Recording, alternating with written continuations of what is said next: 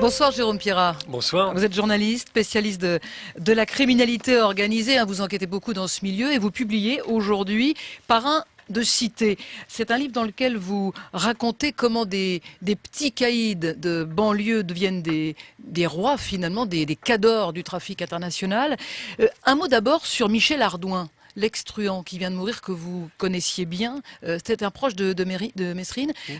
C'était quel type de voyou? À l'ancienne? Ah bah là c'est le voyou à l'ancienne, effectivement. Là c'est la génération précédente. C'est symbolique d'ailleurs cette disparition. Au moment où on va parler des successeurs, Michel Ardouin, on le surnommait le porte-avions. C'était déjà tout un programme. C'était d'ailleurs Mesrine, enfin Mérine comme on doit dire. Oui, alors voilà, on peut dire Mérine. On va dire Jacques Mérine, qui l'avait surnommé ainsi. Ils allaient braquer une banque et puis il s'est retourné. Il a vu la carrure. Michel Ardouin, c'était un homme assez impressionnant, 1m85, 110, 120 kg de muscles, avec une tronche entre Gabin et Lino Ventura. Et il en avait, surtout à l'époque, il était très armé avant de rentrer dans les établissements bancaires. Et donc Mesrine, avant de rentrer dans la banque, s'est retourné, ils étaient en train de s'arnacher. Il avait dit au troisième larron du jour, il avait dit, dis donc, ton pote, dis donc, c'est un véritable porte-avions. Bon voilà, et ça lui est resté, évidemment, ça fait 30 ans qu'il trimbalait ce sobriquet, c'est son surnom dans le milieu. Ouais. Alors revenons justement à ce livre, à cette enquête sur les successeurs, sur ces millionnaires du trafic de stupes. Ce sont les cités qui nourrissent le trafic international aujourd'hui? En tout cas, à destination de la France, oui, ils se sont hissés. Ça a évidemment pas été le cas toujours. Ils ont commencé il y a une petite vingtaine d'années en dernier maillon de la chaîne commerciale. C'est-à-dire qu'en gros, ils vendaient au détail au pied des immeubles. Et puis, ces 15 dernières années, ils ont remonté un peu comme des saumons la rivière jusqu'à la source. On parle d'économie. Donc, c'est un vrai business, voilà, de toute alors façon. c'est assez logique d'essayer de remonter à la source du produit, en gros, pour augmenter les marges. C'est juste ça, la logique de ces messieurs. Et aujourd'hui, effectivement, pour la poignée qui dirige ce trafic depuis notamment l'international, notamment le Maroc où est produit le hashish, qu'on consomme majoritairement en France, il y a une poignée de types qui aujourd'hui envoient des tonnes de marchandises tous les mois pour des bénéfices qui avoisinent les plusieurs millions d'euros par an, bien évidemment. Mais comment se fait-il que les choses aient tourné comme ça? Qu'est-ce qui fait que ces petits caïds sont devenus aujourd'hui des cadors? Alors, ils ont bénéficié d'une conjonction de faits, c'est-à-dire que déjà, il y avait la génération précédente qui commençait un peu à s'effacer, celle de Michel Ardouin et de ses confrères qui commençaient à être un peu vieillissants. Et puis à partir des années 90, ils ont bénéficié d'une embellie, c'est-à-dire, je m'explique rapidement, il y a eu une conjonction de faits, il y a eu d'un côté Schengen, l'abolition des frontières, ça ne veut pas dire qu'ils ne l'auraient pas fait sans ça, mais disons que ça les a un peu aidés, parce qu'en gros, jusque-là, pourquoi ils n'étaient pas importateurs eux-mêmes de stupéfiants, c'est que ça demandait une grosse logistique, des gros moyens, de l'expérience qu'ils n'avaient pas, on parle de types qui avaient une vingtaine d'années au début des années 90, et qui donc, heureusement, grâce à cette... Enfin, heureusement, malheureusement pour nous, mais heureusement pour eux, avec l'abolition des frontières, il suffisait, entre guillemets, de mettre la marchandise, comme ils l'appellent, dans des voitures, et puis de remonter comme ça, tranquillement, vers les lieux de vente. Puisque, en gros, le hashish est produit au Maroc, il transite massivement par l'Espagne, qui est une espèce de plateforme commerciale. D'ailleurs, les Français ont une grande place en Espagne. Et en gros, on dit qu'ils sont les intermédiaires entre les producteurs marocains et le reste de l'Europe, quoi. En gros, ils sont les commerciaux, les super commerciaux. Voilà. Et donc, ces types, il y a eu ça d'un côté, il y a eu le téléphone portable qui est apparu, qui leur a permis de mettre au point ces fameux go-fast, là, ces convois de voitures avec une voiture ouvreuse et un type qui appelle pour prévenir des éventuels barrages en amont. Et puis, il y a eu aussi l'arrivée des armes de guerre au moment des Balkans dans les années 90. Donc, tout ça leur a permis d'un seul coup, et puis l'ambition chevillée au corps de certains, leur a permis de se hisser petit à petit. Enfin, petit à petit, ça a été finalement assez rapide et assez subi. Et depuis quelques années, ils ont trusté toutes les premières places du trafic. Justement, vous parliez des armes. Est-ce que le mode opératoire a changé aujourd'hui? Parce que les armes venues de l'Est, les Kalachnikov, etc., qu'on a relativement facilement, ils les utilisent. Oui, alors de plus en plus, ça c'est le grand truc qui a changé, parce qu'en gros, elles sont arrivées il y a une grosse quinzaine d'années en France.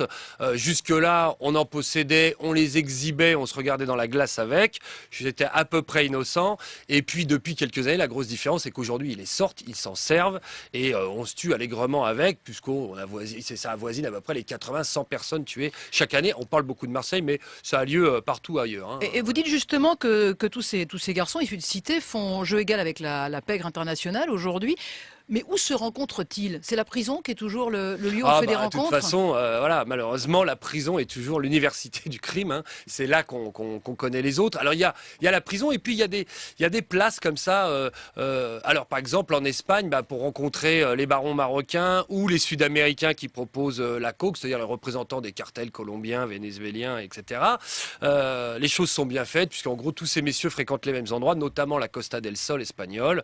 Il y a quelques clubs bien connus. Alors évidemment, si vous y allez comme ça, Vous en en citez, sifflotant, citez plusieurs il y en a dans, plusieurs, voilà. dans votre livre. Et donc, ça marche en gros par catégorie, hein, dans le trafic. Voilà, on sait à peu près où se placer et ce qu'on vaut. Donc, on frappe à la bonne enseigne. Et puis là, évidemment, il faut avoir une petite réputation qui vous précède ou des gens susceptibles de vous présenter, parce qu'évidemment, la paranoïa règne en maître dans ce milieu et on comprend pourquoi. Et donc voilà, et donc ça se fait comme ça. Alors, la prison, les connaissances, au bout d'un moment, on prend de la surface, on se fait une cote, comme on dit chez les voyous, et on attire l'attention sur soi. Ben justement, là, vous, ça fait plus de 10 ans que vous enquêtez dans ces réseaux. Vous allez au cœur même des filières, je le disais.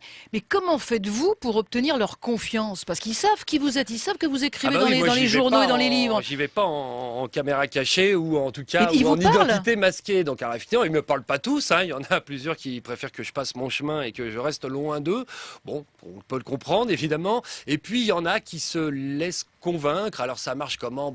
Évidemment par cooptation. Pour moi aussi c'est pareil, pour la réputation et puis par les gens qui me parrainent entre guillemets. C'est-à-dire qu'il y en a quelques-uns qui sont mes honorables correspondants et qui prennent sur eux de me présenter à d'autres en disant écoute, s'ils déconnent je serai responsable. Donc l'enjeu est assez important pour eux puisque évidemment dans ce milieu-là on règle ses comptes de manière assez radicale, hein, notamment à coup de Kalachnikov. Donc voilà, donc ça marche comme ça. Effectivement, c'est du long terme. C'est-à-dire que si vous attaquez ce travail-là et que vous espérez le mener à bien en 6 mois, c'est illusoire. Voilà, c'est petit à petit. Et il y a du donnant-donnant, parce que quand vous dites... Non, il y a juste, qu'est-ce que je peux... Il y a des deals, faut quoi. Faut pas tout dire. Voilà, oui, bon, alors voilà. pas les trahir. La confiance, en gros, c'est ça. C'est le type, vous dit, voilà, il y a une partie de choses que tu peux écrire ou montrer ou raconter. Et puis, il y a une partie, notamment mon nom, et voilà, et mon adresse, tu vas l'oublier. Non, et puis quelques petits, voilà, détails. C'est le jeu. Si on veut pouvoir en écrire 80%, il faut en garder 20% pour soi. Voilà. Si vous travaillez autant sur ce milieu, c'est que quelque part, il vous fascine. Il me fascine pas, il me passionne, ça on va bien le dire, mais il me fascine pas parce que j'ai depuis bien longtemps perdu mes illusions. Si jamais j'avais eu un moment de faiblesse à regarder en pensant au vieux film en noir et blanc avec Gabin et Liv Oui, parce que voilà, voilà. ça, je veux dire, c'est du, d'abord, Il c'est faut du l'oublier, cinéma, voilà, là, et deux, non, c'est du là on passé. est quand même dans un milieu qui est très radical, dénué de tout folklore, hein. On est chez des gens qui n'ont pas beaucoup de morale pour la majorité d'entre eux. C'est-à-dire que les codes d'honneur Oui, n'existent non, pas. alors ça, vous oubliez, c'est arrangé au placard des fantasmes. Voilà, donc non, vous êtes dans un milieu qui est glauque, qui est violent, qui est fondé sur la violence, la trahison, la peur. Donc voilà, donc alors moi, je vous avoue que ça me fascine pas, ça m'intéresse parce que c'est quand même un des gros pans de notre société, de notre économie, de notre vie, voilà, et du monde dans lequel on évolue. Donc il serait pour moi hallucinant de pas s'y intéresser. Après, bon voilà, il faut y aller sans aucune illusion. De toute façon, vous les perdez assez vite à leur contact, hein. Merci beaucoup, en tout cas, C'est Jérôme moi. Pierrat, parrain de cité, enquête chez les millionnaires du trafic de stupes. C'est sorti aujourd'hui, c'est édité à la Manufacture des Livres, et c'est vraiment que ça se dévore parce que c'est évidemment il y a des personnages que vous décrivez. On n'a pas pu en parler dans cette Quelques interview. figures, oui. Quelques figures du milieu et comment ils fonctionnent. C'est très intéressant.